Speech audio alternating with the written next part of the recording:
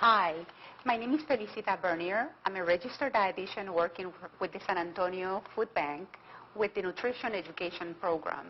The San Antonio Food Bank also has a program that is called the Social Services Outreach Program that helps individuals that qualify with the following programs. The CHIP program, which is an insurance program, medical insurance for children, adult Medicaid, food stamps, women health care, long-term care, and TAN, which is a temporary assistance for needy families, and the WIC program. And this is for mothers and children under the age of 5, pregnant women. Today, my topic is the food label. The food label was created by the United States Department of Agriculture in conjunction with the Food and Drug Administration. The food label is a mandate from the government, so all packaged foods need to have a label. So it is my goal today to teach you how to read and understand labels. As a matter of fact, I want you to think about this when you're going through the grocery store and picking up a food item. I want you to think about this. What I want you to think about it is, read it before you buy it. Read it before you buy it. Because that is the only way that you're going to become acquainted with the food label. The food label happens to have at least 3 parts. I am not saying to you that one part is more important than others. But as a nutritionist, I do know that the nutrition fact perhaps is the section of the label that is more important. We are not going to begin with that one. We're going to begin with the manufacturer's advertising. And of course, the manufacturer's advertising is what sells the product. The food industry is very powerful. There is a lot of money behind this industry, and they're going to make those products very, very attractive, so when we go through the aisles in the grocery store, we cannot resist them. Let us take a look at, for example, the Quaker oatmeal. It happens to be a healthy product, but you can see that the manufacturer advertising not only covers the name of the product, which is, of course, oatmeal, old-fashioned oatmeal, but the name brand, Quaker Oats. It also makes some health claims. And I want to take a second to go into this health claim, especially the one that has the heart. That is always going to come with a little heart, sometimes bigger, sometimes smaller, but a red heart. And that, of course, symbolizes to us that is a message that is going to be pertaining to our hearts. The Food and Drug Administration approved of this endorsement. What it basically says is that this product, through the fiber that it contains, is healthy for the heart. But I also want to tell you, and in all honesty, that it is a good message, that it is a scientific message, but also that the food industry is paying some dollars to the American Heart Association and to the American Diabetes Association for them to use this logo. So again, take a look at this, at the beauty of the package, because that again is what sells the product. You're going to get some messages, like for example in fruits, you're going to get the message that fruits and vegetables are good to prevent some type of cancers. But again, take a look at the label, the colors, the sizes of the letters, and some of the messages. That is 100% pure pineapple juice, that it doesn't have any sugar added. You're going to get a lot of that in the manufacturer's advertisement. This is also another type of oatmeal in which it's going to tell you that it is lower in sugar. All this is done with a purpose. It's done with the purpose of making us stop and select the product. And we have here some sweet potatoes that are very, very almost like real. You just see this, and it's almost like it's served on a plate. Again, the intent is for you to buy the product. But I don't want you to stop at the label just by looking at these beautiful products. I want you to learn to understand what is there, that we're going to come pretty soon to it, the nutrition facts, that is very, very powerful. So in addition to the manufacturer's advertisement, the food label has the ingredient list.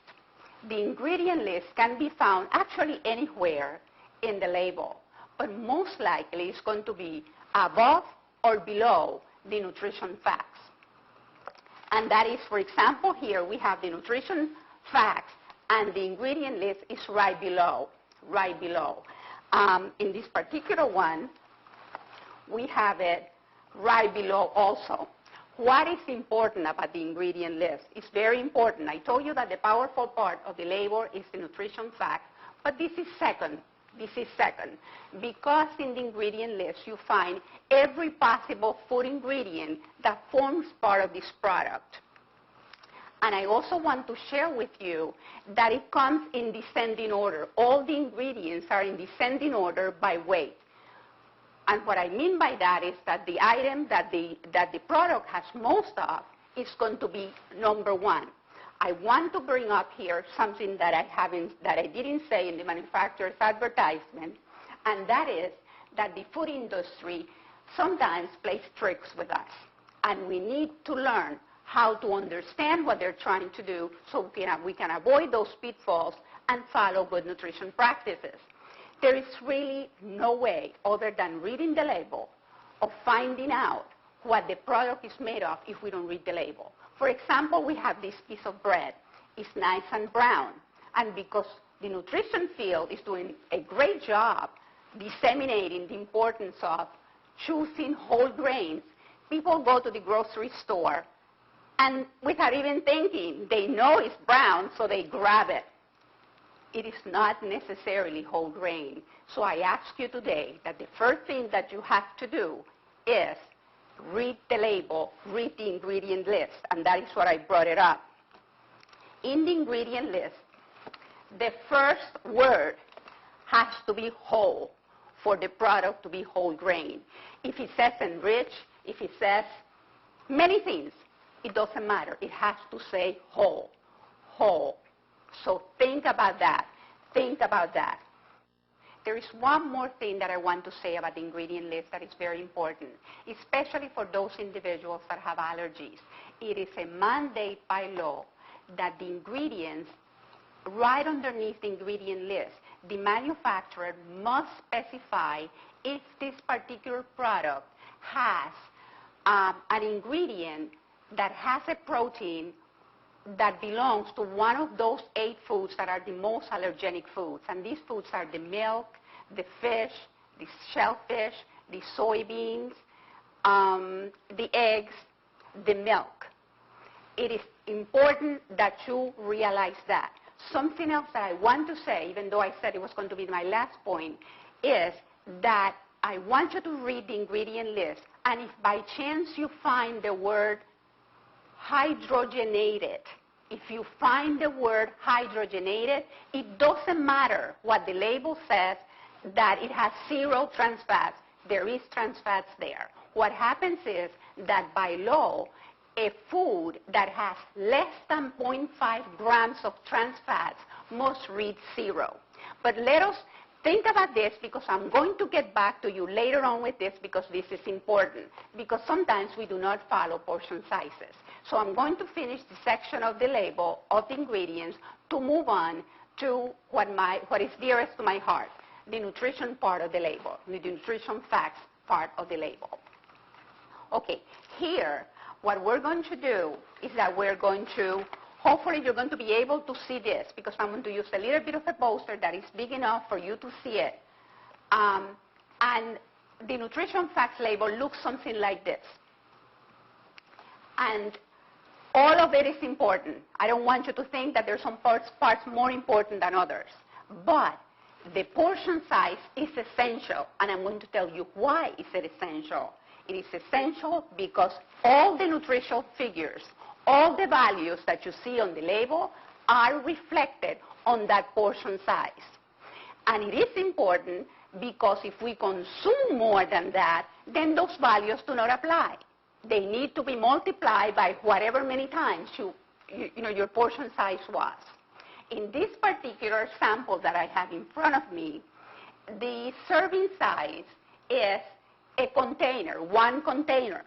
So if the whole thing is there, one container, so those, based on that portion size, the nutrition information is going to be based on that. And it's also important to realize or to read. Remember what I said at the very beginning. Read before you buy it.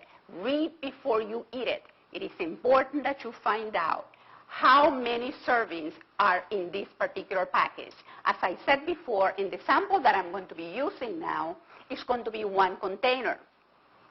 And the first thing that you see there after the servings per container is how many calories in this product. Keep in mind, and I'm a little bit afraid that I'm repeating myself, but it's so important that you understand that it is based on the portion size. In this particular container, it's going to be one container. So it's going to be calories, 170 calories. Then to the right of that is going to be how many calories from fat. And here I want to spend a little bit of time. I want to spend a little time because it's very important.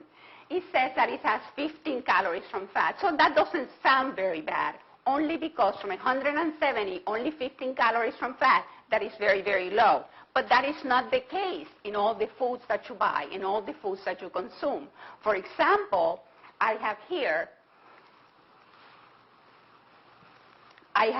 this can of chili beans. We are all busy. We are all have so many things to do. And some days we say, this is all I can do. And you grab this can. Well, it is important that you read it before you eat it. It is important that you do that. Because here you're going to find out that this portion size, which happens to be a cup, and it is important that we become acquainted with measuring cups and measuring spoons, because that is the only way of knowing what a cup is like. A cup is going to be 8 ounces. 8 ounces. So please become acquainted with measuring cups and spoons. What happens in this particular sample that I'm using today is that the total calories are 410 for 1 cup. There happens to be 2 servings in this container, and the calories coming from fat are 260 calories. Math tells us that that is at least 50% of the calories are coming from fats. Are they good fats? That is up to you to find out if it is or not. In this particular case, it is not, because it has 13 grams of saturated fat. I'm going to go to that in a minute, but it's 13 grams of fat. That happens to be about 45% of your total allowance for the day. So you're getting awfully close with only 1 cup of food, very, very close. So let's see what we can do.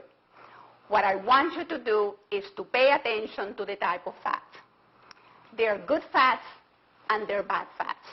We already said that this particular product has 13 grams of saturated fat, but in total it has 29. That is a lot of fat, which becomes also a 45% of the allowance for the day. Only 1 cup, only 1 item. So I'm going to bring up, and I don't know if I'm confusing you, and if I'm confusing you, it's important that you get back to us in the San Antonio Food Bank with questions, because we would love to clarify them for you, because it's very important for us to be here so you can understand. That is our purpose for being here and doing this taping today. So let me say this to you. You see that a product has 13 grams of saturated fat. Don't buy it. Don't buy it. On the other hand, I'm going to tell you this. I want you to go to the grocery store and buy fish, because fish is good for us. Some fish is better than others. For example, the salmon is an excellent fish. It's a little pricey, but we can just probably buy canned that is a little bit less. And mackerel and tuna, those are fatty fishes. And when you see the nutrition analysis, you're going to find out that 3 ounces, which is the recommended portion size. We recommend the portion size that is equivalent to a deck of cards. You're going to find out that 3 ounces of this amazing fish that this nutritionist is talking about has 45% of the calories coming from fat. So you're going to say, what is this? Double standard? Not a double standard. It happens to be fats coming from good fats. It happens to be omega-3 fats. So again, my friends, it's important that you read the label so you can differentiate, you can notice the difference between good fats and bad fats. But going down the list on the food label, we are going to find out the total. The food label must specify for you the total amount of fat. Below that, it's going to tell you the saturated fat. You're going to try to keep that saturated fat as low as possible. Why? Because the saturated fat is not a friend of the heart. It's not a heart-friendly fat. It accumulates in the arteries, and with time, it fills the arteries with fat. And depending on where that artery is located, if it's going to the heart, most likely the person is going to have a heart attack. If the artery is going to the brain, most likely that person is going to have a stroke. So saturated fat is something that we want to keep to a bare minimum. Going down, you're going to find trans fats. As I already said to you, trans fats are not a good fat. They're not heart-friendly. They accumulate in the arteries. They do the same thing that cholesterol does, worse yet, and the same thing that saturated fat does, worse yet. So they're, of all the fats, the worst fat. So try to keep that to the minimum. But remember when I said to you, when I was discussing the ingredient list, that I told you, look for the word hydrogenated. You probably remember that. That was just a few minutes ago that I was discussing that. It is relevant right now because trans fats might read 0 on the label, like in this sample of a label is saying 0, but it might, in the ingredient list, it might say that it has hydrogenated fat. And as I said before, if the ingredients list is telling you it has hydrogenated fat, there are trans fats on the product. What happens is that by serving, probably that hydrogenated fat was less than 0.5. But if by chance, and this is the danger, if by chance you consume more than the recommended portion size, let us imagine for discussion purposes that the product had 0.4 for one serving, but you're eating 2. So it's no longer 0.4, right? It's 0.8. And 0.8, it will have to be declared in the label. I hope that you're understanding this principle because it's very essential. It's very essential. Again, in order to decrease heart disease, we need to pay attention to the kind of fats that we put in our bodies. So let us move down the list and let's talk about cholesterol. Cholesterol also accumulates in the arteries. We're not going to go into all the details because we do not have time, but depending on your family history, depending on many things, cholesterol can damage your arteries, can accumulate there and can damage your arteries, and can cause exactly what I said about the saturated fat and the trans fat. It can accumulate in the arteries and it can clog them. Let me just say this to you because this is interesting, but eggs are one of the better sources of cholesterol. I also don't want to leave here today thinking or leaving you with the thought that cholesterol is bad. It is essential. Otherwise, our bodies will not make it. Our bodies will make it regardless of you consuming it or not, because it is essential to our bodies. What happens is that we need to control the amount of cholesterol. The amount of cholesterol that is recommended per day is 300 milligrams. I'm going to leave you with this thought. 275 is what one egg yolk contains. So keep that in mind. So if you eat an egg in the morning, let's watch it the rest of the day. Okay? And going down the list, we'll find sodium, which is another essential mineral. What is the problem with sodium? The problem with the sodium is that there are some individuals, quite a few individuals, by the way, that are sensitive to sodium. By the way, table salt, the salt that we add in our table every day, is 40% sodium. So from now on, one of the things that I would like to recommend to you is to leave that salt shaker to the side. Leave it alone. Leave it alone, because you're adding salt without even knowing how much you're adding in there. The amount of salt that is recommended per day is 1 teaspoon. What does that mean in terms to sodium? 2,400 milligrams of sodium is what you should consume. And here is where the processed foods come into play. I mentioned to you today already that this was not a good product. This chili here was not a good product. Okay, sodium. I already said to you 2,400 milligrams is what you should consume per day. This particular product, 1 cup of it, keep in mind, 1 cup, not the whole container, 1,060 milligrams. So this is half of what you're supposed to be consuming per day. So this is why I continue to say to you, before you buy it, before you eat it, read it, understand it. And moving down the line, we're going to find potassium, which is another essential mineral that helps to regulate sodium in the body. So keep that in mind.